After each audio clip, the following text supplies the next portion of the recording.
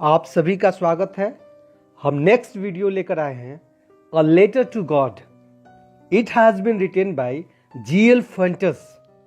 GL. Fuentes एक ऐसे writer हैं जो इस तरह की कहानियाँ लिखते हैं जिसका जो एंड है, कहानी का जो एंड है, इतना सरप्राइजिंग होता है, इतना आश्चर्यजनक होता है कि पढ़ने वाला मानो इतना दंग हो जाता है। वो सोचता है कि अरे ये क्या हुआ। तो हम ऐसे ही एक स्टोरी को लेकर आए हैं। हम इस स्टोरी को पढ़ेंगे, समझेंगे, एक एक लाइन को, एक एक पैराग्राफ को मैं आपको डिटेल में बताऊंगा। इसे मैं और बेहतर ढंग से एक्सप्लेन करने की कोशिश करूंगा। आप ध्यान से इसको सुने, समझें। सबसे पहले तो इसकी समरी जानें, इसका छोटा सा सारांश समझें। एक किसान है, नाम है लेंचो। वह एक छोटी पहाड़ी की चोटी पर अपने परिवार के साथ रहता है, अपनी पत्नी और अपने बच्चों के साथ रहता है। जो फसल उसकी खेतों में है, उन्हें बारिश की बहुत जरूरत है। सुबह से ही लेंचो अपनी पत्नी से बार बार कह रहा था कि आज तो बारिश जरूर होगी। लेंचो की उम्मीद के मुताबिक बारिश तो शुरू हुई। लेंचो खुश था। वह बारिश की बूंदों को नए तरह के सिक्के के समान बतलाया, लेकिन जल्द ही उसकी खुशी निराशा में बदल गई, क्योंकि बारिश के साथ अब ओले पड़ना शुरू हो चुका था। पूरा खेत पूरी तरह से बर्बाद हो चुका था। ऐसा लगता था मानो खेतों में नमक के ढेर से लग गए। लेंचो और उसका पूरा परिवार पर मानो दुखों का पहाड़ गिर गया था। सभी दुखी हैं। फिर भी लेंचो कहता है कि उसे उसकी आखिरी उम्मीद है कि ईश्वर उसकी मदद जरूर करेगा, क्योंकि ईश्वर के रहते कोई भूखों नहीं मर सकता है। लेंचो फैसला करता है कि वह ईश्वर को एक पत्र लिखेगा, एक लेटर लिखेगा। पत्र में वह सारी वृतांत बतलाता है कि कैसे उसके खेत बर्बाद हो गए। वो सारी चीजें लिखता है और वह लिखता है कि उसे 100 पेसोज की जरूरत है। पेसोज एक करेंसी है, जैसे भारत में रुपया है, जैसे अमेरिका में डॉलर है, इंग्लैंड में पाउंड है, वैसे ही लैटिन अमेरिकन कंट्रीज बहुत हैं जहां की करेंसी पेसोज है। तो लेंचो लिखता है कि उसे 100 पेसोज की जरूरत है। अगर ईश्वर उसे 100 पेसोज नहीं भेजता है तो वह और उसका पूरा परिवार भूखों मरेंगे। लिफाफे के ऊपर वह पते में लिखता है, सेवा में ईश्वर, टू द गॉड। और अगले दिन पोस्ट ऑफिस के लेटर बॉक्स में वह पत्र छोड़ देता है। पोस्टमैन पत्र पर लिखे पते को पढ़कर चौंक जाता है। वह अपने पूरे जीवन में कभी ऐसा पता नहीं देखा था। वह उस पत्र को अपने अधिकारी के पास, पोस्ट मास्टर के पास लेकर जाता है। पहले तो पोस्ट मास्टर पत्र देखकर जोर से हंसता है, लेकिन यह सोचकर गंभीर हो जाता है कि आखिर पत्र लिखने वाले व्यक्ति को ईश्वर में इतना अटूट विश्वास कैसे है कि ईश्वर उसके लिए पैसे भेजेगा। पोस्ट मास्टर निर्णय करता है कि वह पत्र का जवाब देगा, अर्थात लेंचो को रिप्लाई करेगा। लेकिन कैसे? क्योंकि लेंचो ने तो 100 पेसोज मांगे थे। पोस्ट मास्टर अपने वेतन, तनख्वाह का कुछ हिस्सा, कर्मचारियों और मित्रों से कुछ मदद लेकर पैसा इकट्ठा कर लेंचो को भेजने का निर्णय करता है। 100 पेसोज से थोड़ा कम ही सही, लेकिन वह इकट्ठा कर लेंचो को भेज देता है। लेंचो को जब वह पत्र मिला तो पाया कि 100 पेसोज से कम ही उसके पास आए थे। लेंचो सोचता है कि ईश्वर से इतनी बड़ी गलती कैसे हो सकती है। वह ईश्वर को फिर से पत्र लिखा, पोस्ट ऑफिस के लेटर बॉक्स में डाल देता है। अब पोस्ट मास्टर चाहता था कि वह पत्र को पढ़े कि आखिर लेंचो ने उसने जो पैसा भेजा है, वो भले ही लेंचो सोचे कि ईश्वर ने पैसा भेजा है, लेकिन चाहे जो भी सही, लेकिन लेंचो ने आखिर इस पत्र में क्या लिखा है। संभवतः वह सोचता है कि उसने ईश्वर को बहुत धन्यवाद दिया होगा। लेकिन जब पोस्ट मास्टर पत्र खोला तो पत्र में लिखा था, हे ईश्वर, मैंने तो 100 पेसोज मांगे थे और मेरे पास मात्र 17 पेसोज ही आए हैं। कृपया कर बाकी के 30 पेसोज भी भेज दीजिए। लेकिन अब ये पैसे डाक से पोस्ट ऑफिस से न भेजिएगा, क्योंकि पोस्ट ऑफिस के कर्मचारी बहुत दुष्ट हैं। ये है स्टोरी। कैसी लगी स्टोरी? कितना सरप्राइजिंग था, है ना? अब मैं इस स्टोरी के पैराग्राफ को एक्सप्लेन करूंगा। आप ध्यान से उसे सुनिएगा, समझिएगा। पहला paragraph, the house, the only one in the entire valley, sat on the crest of a low hill. From his height, one could see the river and the field of ripe corn dotted with flowers that always promised a good harvest. अब इसका हिंदी अर्थ देखिए। The house, वह मकान, वह घर। The only one, the entire valley. Entire means संपूर्ण, पूरी घाटी। वैली मीन्स घाटी। पूरी घाटी में एकमात्र वह घर। Sat on the crest of a low hill. Low hill निचली पहाड़ी, क्रेस्ट का मीन्स चोटी, जो निचली पहाड़ी की चोटी पर स्थित था। फ्रॉम हिज हाइट, उस ऊंचाई से, वन कुड सी, कोई भी व्यक्ति देख सकता था, द रिवर, खेतों को, and the field of ripe corn dotted with flowers that always promised a good harvest. जो कोई देख सकता था नदियों को और खेतों को। वह खेत जिसमें पके हुए अनाज के फसल थे, जिसमें स्थान स्थान पर फूल लगे हुए थे, जो एक अच्छी फसल का वादा करते थे। सी द नेक्स्ट, आगे देखिए। The only thing the earth needed was a downpour, or at least a shower. Throughout the morning, Lencho, who knew his field intimately, had done nothing else but seen the sky towards the northeast.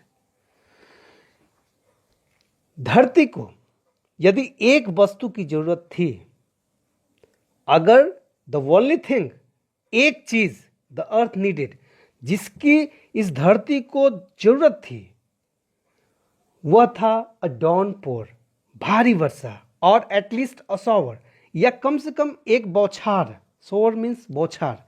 Through out the morning, पूरे सुबह से, Lencho, who knew his fields intimately, वह Lencho जो अपने खेत को बहुत अच्छे से जानता था, भली भांति जानता था, हैड डन नथिंग, उसने कुछ नहीं किया था, एल्स बट, लेकिन, seen the sky towards the north east, पूर्व उत्तर की ओर आकाश में देखने के सिवा उसने कुछ नहीं किया था।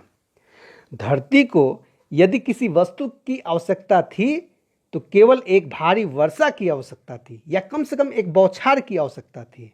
प्रातः काल के पूरे समय लेंचो ने, जो अपनी खेतों को भली भांति जानता था, पूर्व उत्तर की ओर आकाश की ओर देखने के अलावा उसने कुछ नहीं किया था। आगे, now we are really going to get some water women. The women who was preparing supper replied, yes, God's willing.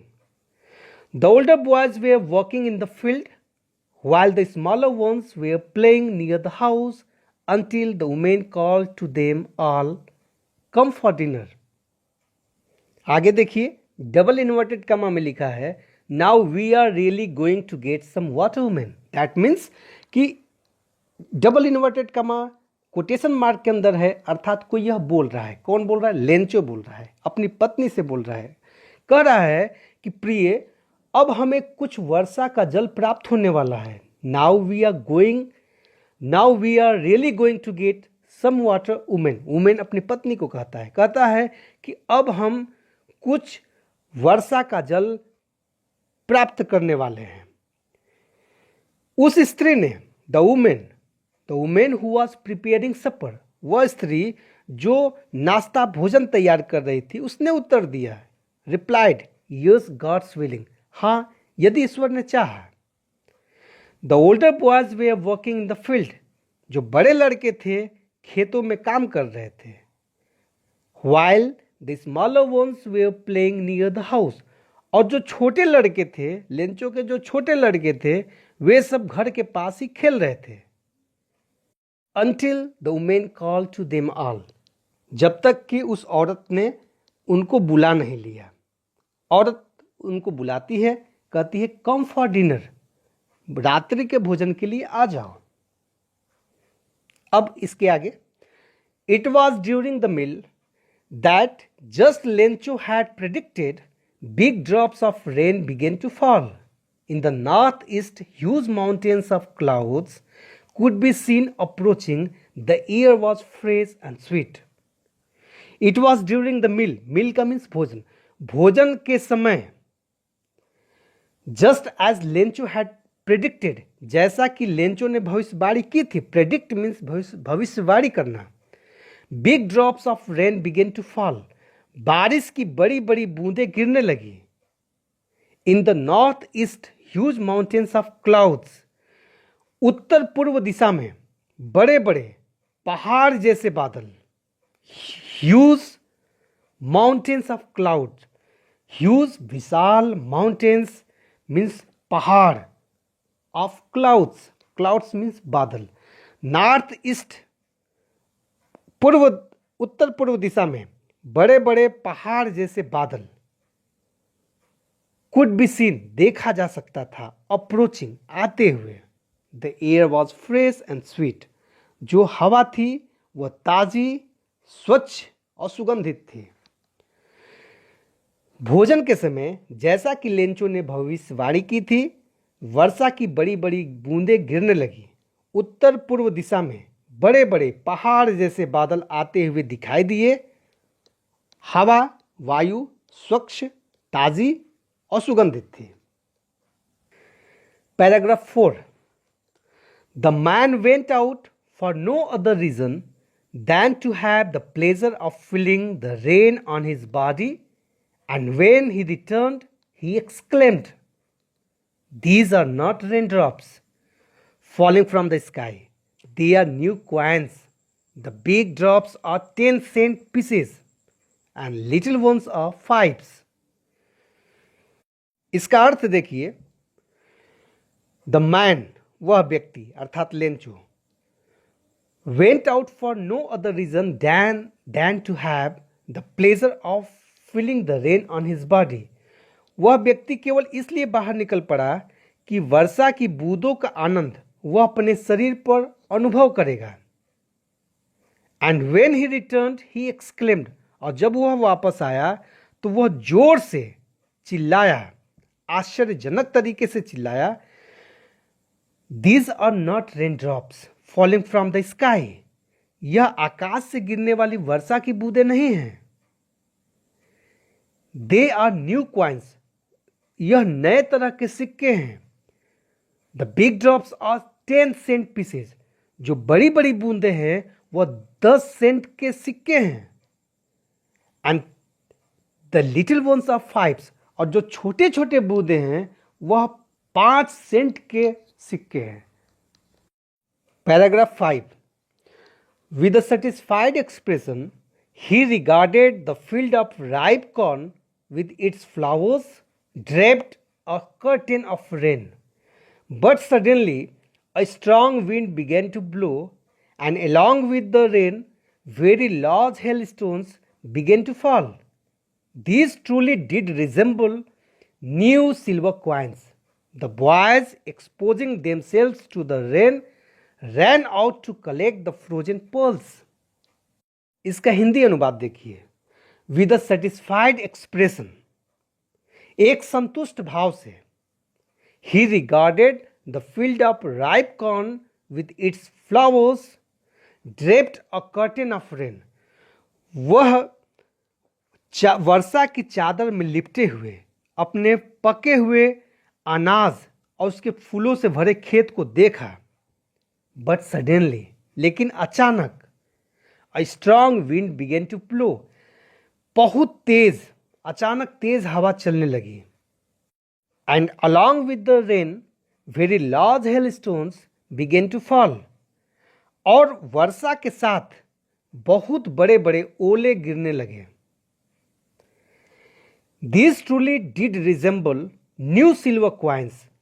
जो राइटर हैं अर्थात जीएल फंटस जो हैं वह यहाँ पर एक तरह का वे तंज कस रहे हैं, कह रहे हैं कि ये जो लार्ज स्टोन्स था वह ऐसे लगता था मानो कि वह नए चांदी के सिक्के हों. The boys exposing themselves to the rain ran out to collect the frozen pearls. वे लड़के खुद को बारिश में एक्सपोज करते हुए अर्थात कपड़े निकाल करके रैन आउट बाहर दौड़े to collect the frozen pearls. जो जमे हुए जो मोती थे अर्थात जो ओले थे उन्हें इकट्ठा करने के लिए. Ran out to collect, collect का मीन्स इकट्ठा करने के लिए. वे इकट्ठा करने के लिए बाहर दौड़े. एक संतुष्ट भाव से लेंचो ने वर्षा की चादर में लिपटे हुए अपने पके हुए अनाज और उसके फूलों से भरे हुए खेत को देखा, किंतु अचानक तेज हवाएं चलने लगी और वर्षा के साथ साथ बहुत बड़े बड़े ओले गिरने लगे. यह वास्तव में एक नए चांदी के सिक्के के समान दिखाई देते थे. लड़के अपने कपड़े उतारकर खुले शरीर से बाहर दौड़े जमे हुए मोतियों और ओलों को बटोरने के लिए. Paragraph 6. It's really getting bad now, exclaimed the man. I hope it passes quickly. It did not pass quickly. For an hour, the hail rained on the house, the garden, the hillside, the cornfield, on the whole valley. The field was white as if covered with salt. कहता है, exclaim करता है, exclaim the man. उस आदमी ने exclaim किया अर्थात Lencho ने चिल्ला कर कहा, it's really getting bad now. अब वास्तव में बुरा हो रहा है. आई होप, मैं आशा करता हूँ, इट पासेज क्विकली, मैं आशा करता हूँ कि यह शीघ्र ही समाप्त हो जाएगा. It did not pass quickly, यह शीघ्र समाप्त नहीं हुआ. फॉर एन आवर, 1 घंटे तक. द हेल रेंड, ओले पड़ते रहे. ऑन द हाउस, घर के ऊपर. द गार्डन, बगीचे के ऊपर. द हिल साइड, पहाड़ी की ढलान पर. अनाज की खेत और पूरी घाटी पर बरसते रहे. द फील्ड वॉज वाइट, पूरा खेत सफ़ेद हो गया. एज इफ, मानो. कवर्ड विथ साल्ट, मानो कि नमक से ढक गया हो. जीएल फ्रेंड्स आगे लिखते हैं, not a leaf remained on the trees. The corn was totally destroyed. The flowers were gone from the plants. लेंचो's soul was filled with sadness.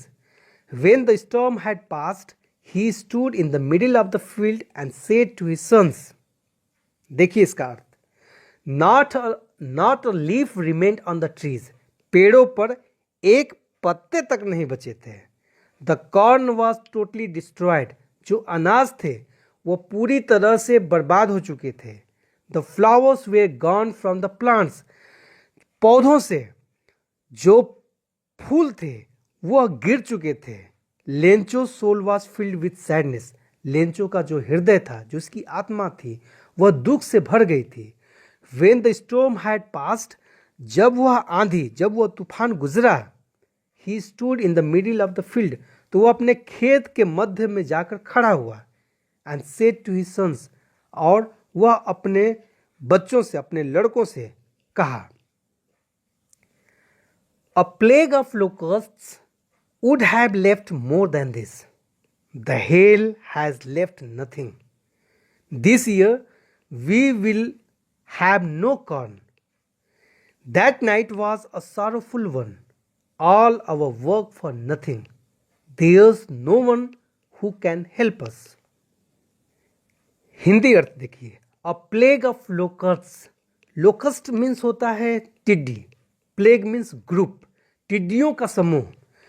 टिड्डियों का समूह भी इससे ज़्यादा, अगर टिड्डियों के समूह ने भी आक्रमण किया होता तो भी इससे ज़्यादा कुछ बच गया होता. The hail has left nothing, इन ओलों ने कुछ भी नहीं छोड़ा। दिस ईयर, उस साल, we will have no corn, हम लोगों के पास कोई अनाज नहीं होगा। That night was a sorrowful one, वह रात जो थी वह दुख भरी रात थी। कोई उसमें कहता है all our work for nothing, हमारा सब मेहनत बिना किसी काम के। There's no one who can help us, कोई कहता है कि अब कोई नहीं है जो हमारी मदद कर सकता हो। Next, we will all go hungry this year, but in the hearts of all who lived in that solitary house in the middle of the valley, there was a single hope, help from God. कोई कहता है उसमें we will all go hungry this year, हम सभी इस साल भूखों रहेंगे। लेकिन in the hearts of all, हर किसी के हृदय में, हर किसी के, who lived in that solitary house in the middle of the valley, घाटी के मध्य में जो वह अकेला घर था, उस घर में रहने वाले हर एक व्यक्ति के हृदय में there was a single hope, एकमात्र आशा जो थी वह आशा थी हेल्प फ्रॉम गॉड, ईश्वर से मदद, ईश्वर से सहायता। Don't be so upset even though this seems like a total loss, remember no one dies of hunger. That's what they say. No one dies of hunger. इसका अर्थ देखें, कोई उसी में से कहता है, सारे लोग आपस में बातचीत कर रहे हैं, लेंचो, उसकी पत्नी, उसके बच्चे, सभी लोग आपस में बात कर रहे हैं। उनमें से ही कोई कहता है, डबल इन्वर्टेड कामा में बार बार लिख रहा है, दैट मीन्स कि कोई कोट कर रहा है, कोई इस बात को बोल रहा है, तो आपस में ही सारे लोग चर्चा कर रहे हैं। तो उन्हीं में से कोई कहता है डोंट बी सो अपसेट, इतना अधिक अपसेट न हो, इतना अधिक तनावग्रस्त मत हो, इतना ज़्यादा चिंतित न हो। Even though this seems like a total loss, यद्यपि कि यह पूरा का पूरा नुकसान दिख रहा है। रिमेंबर, याद रखो, no one dies of hunger, कि कोई भूख से नहीं मरता। दैट्स व्हाट दे से, इसीलिए वे लोग कहते हैं, वे लोग मीन्स प्रीचर, जो प्रवचन देने वाले हैं, जो अच्छी अच्छी बातें सिखाने वाले लोग हैं, जो मोटिवेशनल स्पीकर्स लोग हैं, वे लोग कहते हैं no one dies of hunger, कोई भी भूख से नहीं मरता। Paragraph 8, all through the night Lencho thought only of his one hope, the help of God, whose eyes, as he had been instructed, see everything, even what is deep in one's conscience. इसका अर्थ देखिए, all through the night, पूरी रात, Lencho thought only of his one hope, Lencho ने अपने केवल एक आशा के बारे में ही सोचा। कौन सा आशा? द हेल्प ऑफ गॉड, ईश्वर का मदद। whose eyes, ईश्वर की आंखें, जिसकी आंखें, as he had been instructed, जैसा कि लेंचो को बताया गया था, ईश्वर की आंखें see everything even what is deep in one's conscience, ईश्वर की आंखें सब कुछ देख लेती हैं, यहाँ तक कि किसी व्यक्ति के हृदय में, उसके अंतःकरण में, वंस कॉन्शियंस, कॉन्शियंस का मीन्स अंतःकरण, किसी के अंतःकरण के अंदर भीतर क्या है यह भी जिसकी आंखें देख लेती हैं, उस ईश्वर की मदद के बारे में वह पूरी रात सोचता रहा। Lencho was an ox of a man working like an animal in the fields, but still he knew how to write. The following Sunday at daybreak he began to write a letter which he himself would carry to town and place in the mill. इसका अर्थ देखें, Lencho was an ox of a man, यहाँ पे N ox of a man, यहाँ पे एक अलंकार है, अंग्रेजी में उसको बोलते हैं मेटाफर, मेटाफर का यूज किया गया है। लेंचो कहता है यहाँ जीएल फुएंटेस कि लेंचो जो मनुष्य होते हुए भी एक बैल के समान था, बैल माना जाता है कि बहुत मेहनत करने वाला एक जीव होता है, तो कहता लेंचो मनुष्य होते हुए भी एक बैल था। He was an ox of a man working like an animal in the fields, जो कि खेतों में पशु की तरह काम करता था। बट स्टिल ही न्यू, लेकिन फिर भी वह जानता था हाउ टू राइट, कि कैसे लिखा जाता है। द फॉलोइंग संडे, अगले रविवार को, एट डे ब्रेक, तड़के सुबह भोर के समय, he began to write letter which he himself would carry to town, जिसे वह खुद कस्बे में शहर ले जाएगा, and place in the mail, और पोस्ट ऑफिस के जो लेटर बॉक्स है, जो मेल है, उसमें डाल देगा। It was nothing less than a letter to God. God, he wrote, if you don't help me, my family and I will go hungry this year. I need 100 pesos in order to sow my field and to live until the crop comes, because the hailstorm. इसका अर्थ देखें। It was nothing less than a letter to God. वह जो लिख रहा था वो कुछ नहीं था, वह ईश्वर को लिखा गया पत्र था। God, he wrote, वो लिखा ईश्वर। If you don't help me, अगर आप हमारी मदद नहीं करेंगे, माई फैमिली एंड आई, मेरा परिवार और मैं, will go hungry this year, हम लोग इस साल भूखे रहेंगे। वी नीड 100 पेसोस, हमें 100 पेसोस की जरूरत है, in order to sow my field, ताकि मैं अपने खेतों की बुआई कर सकूं, and to live until the crop comes, और जब तक कि फसल न आ जाए, जब तक कि फसल तैयार न हो जाए, तब तक जीने के लिए।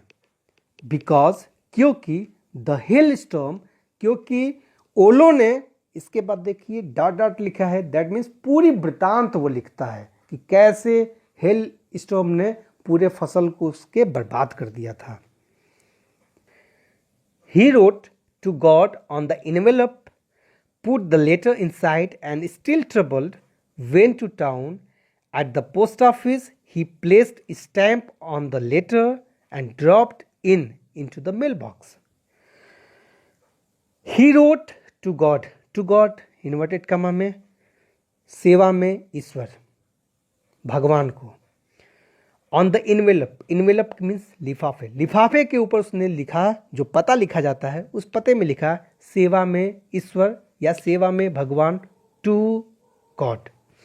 पुट द लेटर इनसाइड, उसने पत्र को उस इन्वेलप के अंदर डाला। एंड स्टिल ट्रबल्ड, और अब भी वो परेशान है, दुखी मन से। वेंट टू टाउन, वह शहर जाता है, कस्बे जाता है। एट द पोस्ट ऑफिस, वह पोस्ट ऑफिस पर। He placed stamp on the letter, stamp का मतलब टिकट, जो इन्वेलप होता है उसमें टिकट जरूर लगता है जब भी आप पत्र को छोड़ते हैं तब। तो वह स्टैम्प को लेटर पे प्लेस करता है, and dropped into the mail box, और उसे जो लेटर बॉक्स है, जो मेल बॉक्स है, उस मेल बॉक्स में उसको डाल देता है, गिरा देता है। 12वां paragraph 12th।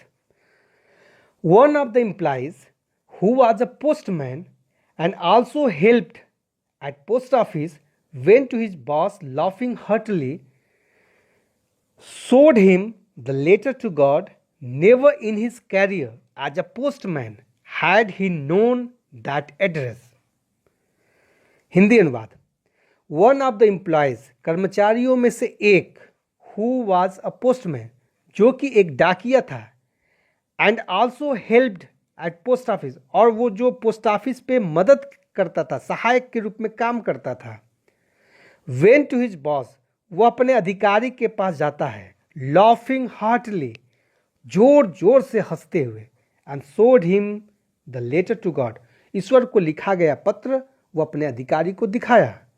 Never in his career as a postman, एक डाकिये के रूप में जो भी उसने नौकरी की थी, जो भी उसका कैरियर था, वो पूरे कैरियर के दौरान had he known that address, उसने कभी भी उस एड्रेस को नहीं देखा था। Paragraph 13। The postmaster, a fat, amiable fellow, who broke out laughing, but almost immediately he turned serious, and tapping the letter on his desk, commented, "What a faith! I wish I had the faith of the man who wrote this letter, starting up a correspondence with God." The postmaster, जो postmaster था, जो उसका अधिकारी था, डाकिए का जो अधिकारी था, जो पोस्टमास्टर था, वह मोटा फिजिक रखने वाला व्यक्ति था। अमिएबल फेलो, हंसमुख प्रवृत्ति का व्यक्ति था, हंसने वाला व्यक्ति था। आल्सो ब्रोक आउट लाफिंग, वह भी जोर जोर से हंसने लगा। बट, लेकिन, ऑलमोस्ट इमीडिएटली, लेकिन शीघ्र ही, इमीडिएटली का मतलब शीघ्र ही, और शीघ्र ही he turned serious, वह गंभीर हो गया। And tapping the later on the desk, और अपने डेस्क पे लेटर को रखते हुए बोला, "What faith!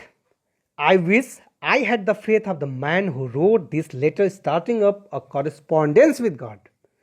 कहते कितना विश्वास है। I wish, मैं आशा करता हूं, मैं भी इच्छा करता हूं, I had the faith of the man, कि इस व्यक्ति की तरह जितना इस व्यक्ति का ईश्वर में विश्वास है, उतना विश्वास काश मुझे भी होता अपने ईश्वर में। हु रोट दिस लेटर, उस व्यक्ति ने जिसने कि पत्र लिख दिया, starting up a correspondence with God, जो कि ईश्वर से पत्राचार शुरू कर चुका था। कॉरेस्पॉन्डेंस मीन्स होता है पत्राचार, पत्रों का आदान प्रदान। So, in order to shake the writer's faith in God, the postmaster came up with an idea, answer the letter. But when he opened it, it was evident that to answer it, he needed something more than goodwill, ink and paper. But he stuck to his resolution. कहता है, लिखता है जीएल फोएंटस, अतः in order to shake writer's faith in God, जो पत्र लिखने वाला है उसकी विश्वास को, ईश्वर में विश्वास को बनाए रखने के लिए the postmaster came up with an idea, postmaster के दिमाग में एक आइडिया आया। आंसर द लेटर, पत्र का जवाब दिया जाए। But when he opened it, लेकिन जब उसने उस पत्र को खोला, इट वॉज इविडेंट, यह स्पष्ट हो गया, that to answer it he needed something more than goodwill, ink and paper. यह स्पष्ट हो गया था कि उस पत्र का जवाब देने के लिए उसके पास केवल गुडविल, इंक या पेपर ही पर्याप्त नहीं थे, उसको कुछ और चीज की सख्त जरूरत थी। क्या थी? वो जो 100 पैसों जो लेंचो ने मांगा था वह थी। But he stuck to his resolutions, लेकिन वह अपना जो उसका जो निश्चय था, रिजोल्यूशन था, उस निश्चय के प्रति वह दृढ़ रहा। He asked for money from his employees. He himself gave part of his salary, and several friends of his were obliged to give something for an act of charity. उसने अपने कर्मचारियों से धन मांगा, स्वयं अपने वेतन का एक हिस्सा दिया, और अपने कई मित्रों को भी दान के नाम पर कुछ देने के लिए विवश किया। पैराग्राफ 15वां paragraph.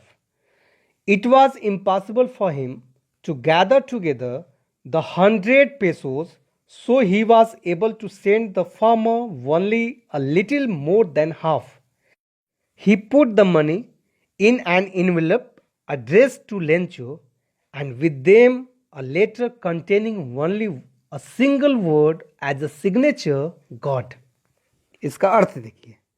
It was impossible, impossible means असंभव, यह असंभव था उसके लिए कि वह 100 पेसोस को कलेक्ट कर सके, इकट्ठा कर सके।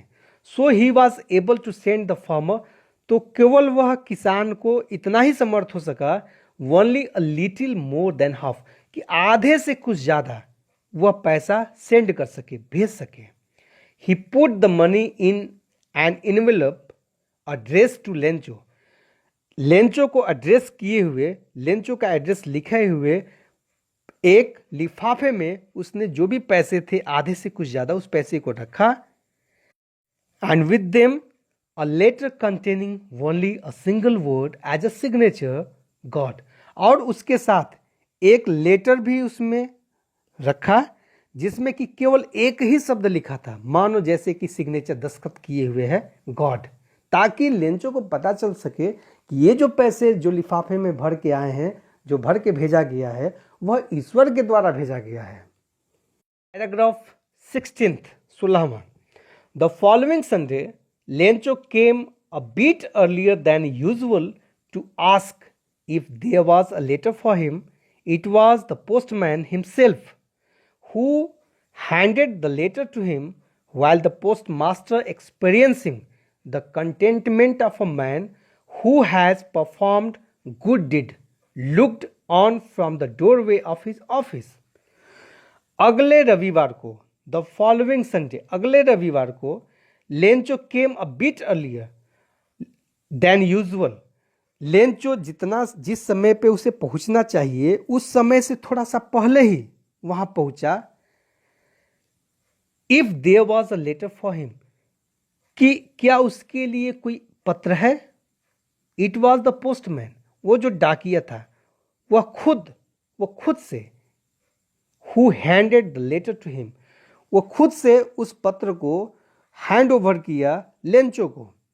वाइल द पोस्ट मास्टर, जबकि जो पोस्ट मास्टर था वह, जो कि नेक कार्य करने वाले संतुष्ट व्यक्ति की भांति अपने दफ्तर के दरवाजे से देख रहा था।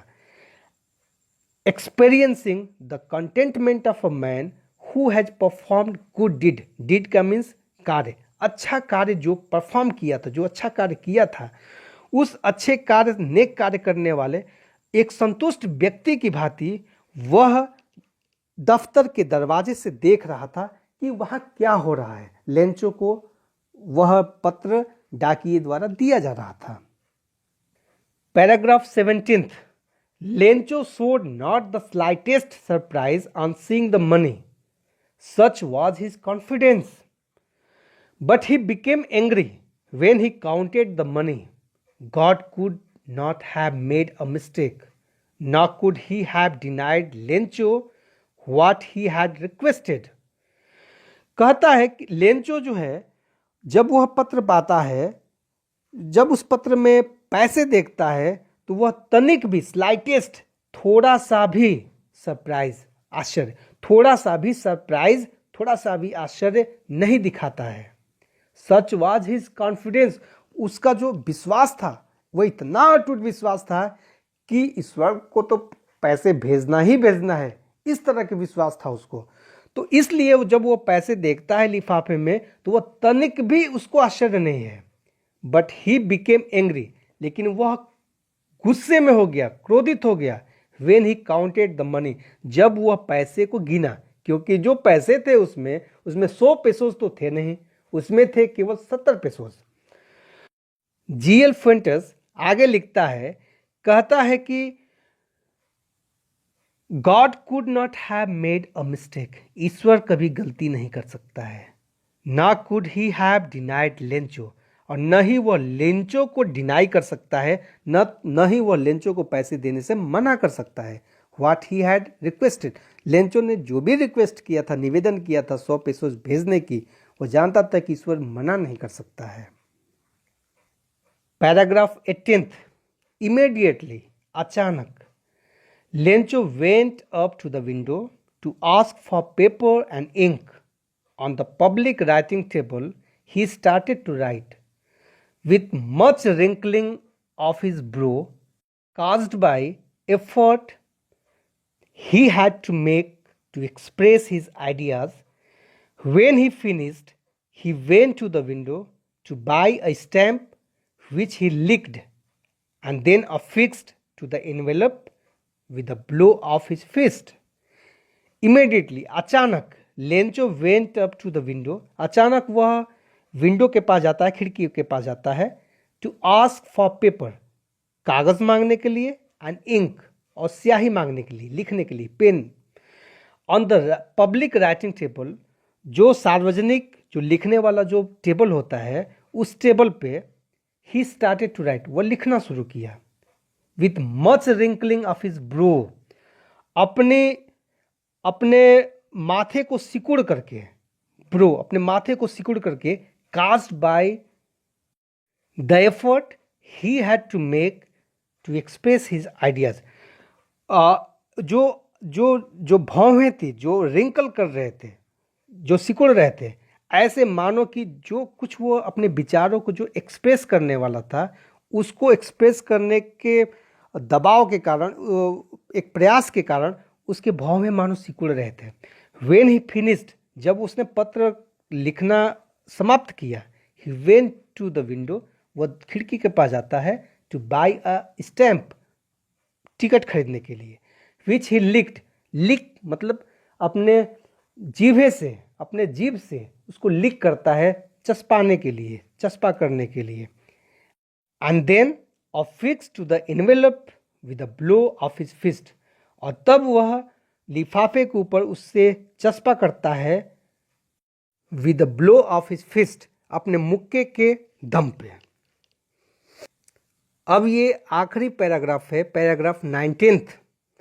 The moment that the letter fell into the mail box, the postmaster went to open it, it said, कहता है कि वह क्षण जब वह पत्र मेल बॉक्स में डाला गया, उसके तुरंत बाद the postmaster went to open it, postmaster गया उसको खोलने के लिए। इट सेड, पत्र में लिखा हुआ था, गॉड, हे ईश्वर, of the money that I asked for, वह पैसे जो मैंने मांगे थे, ओनली 70 पेसोज रीच्ड मी, केवल 70 पेसोज मेरे पास पहुंचे हैं। सेंड मी द रेस्ट, बाकी के पेसोज भी भेज दीजिए। Since I need it very much, क्योंकि मुझे इसकी सख्त ज़रूरत है। But don't send it to me through the mail, लेकिन अब ये जो पैसे हैं मुझे मेल के जरिए मत भेजिएगा, पोस्ट ऑफिस के जरिए मत भेजिएगा। Because the post office implies a bunch of crooks, क्योंकि पोस्ट ऑफिस के जो कर्मचारी हैं, ये कर्मचारी जो हैं दुष्टों के समूह हैं। बंच का मतलब समूह, दुष्टों के समूह हैं। उसके बाद फिर लेंचो नीचे लिखता है अपना नाम। तो इस प्रकार से हम देखते हैं कि कैसे पोस्टमास्टर कितने नेक दिल से वह पत्र का जवाब देता है, 70 पेसोज भेजता है। उसको तो आशा थी कि हमें बहुत सराहा जाएगा, मुझे जो है धन्यवाद दिया जाएगा, लेकिन ऐसा कुछ नहीं था। लेंचो जब 70 पैसे काउंट करता है तो वह ठीक उल्टे उसको गुस्सा आता है, क्योंकि उसने तो 100 पेसोज मांगे थे। इसलिए वह जो पत्र लिखा है तो कहता है कि अब डाक से पैसे को मत भेजिएगा। तो सोचिए जो जिस नेक दिल से पोस्टमास्टर ने वो पत्र का जवाब दिया, उसके ऊपर क्या गुजरे होंगे। तो इस तरह से जीएल फंटस जो है, जो भी कहानियाँ लिखता है, इसके अनेकों कहानियाँ उन्होंने लिखा है, तो उनकी जो कहानियाँ थी इसी तरह के सरप्राइजिंग एंड वाले ही होते थे। तो ये आज का वीडियो कैसा लगा आप कमेंट में ज़रूर लिखिएगा। धन्यवाद।